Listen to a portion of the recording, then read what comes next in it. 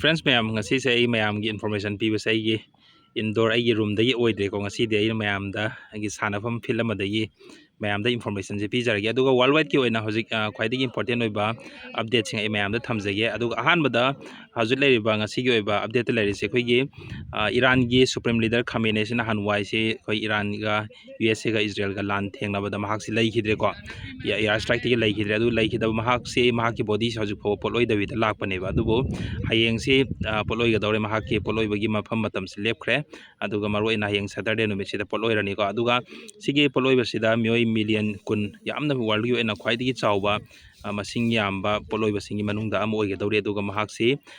poloi ba sida mioi million kun buk tin gane habagi thajaba lei ko aduga masiga mahak ki poloi basiga mari leina prithvi da leiba country khuding makki makhoi makhoi gi country sindigi mi hutsing poloi basida yauna bagi damakta khoi gi thaba hokre du India gi side gi su India gi external affairs minister state of minister du su aduga khoi gi Bihar gi governor su dumaina prime minister Modi na makhoi ni su thaba gi wasi hojik haire aduna yamna thamoi sokpa khoi gi Iran gi praja singi oina yamna thamoi sokpa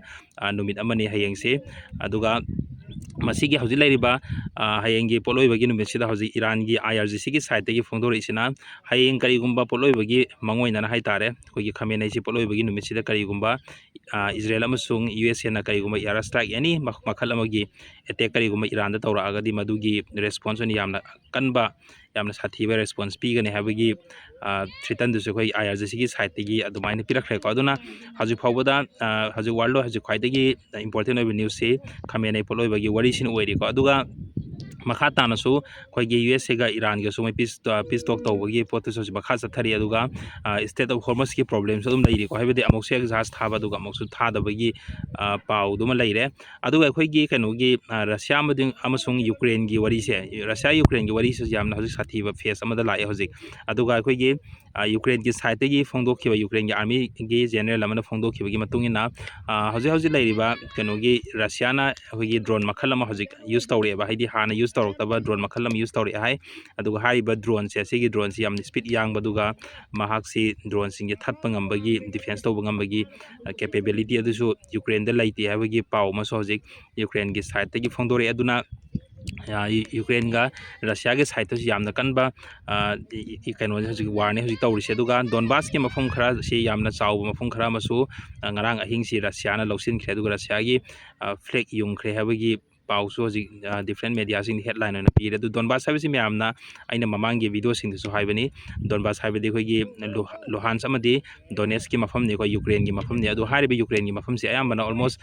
Russia na capture tawkhre ko Russia na invade tawra matungda lausin khrabne ba adu lausin khatang walhoba saruk khra do aduma ngarang yamna chawna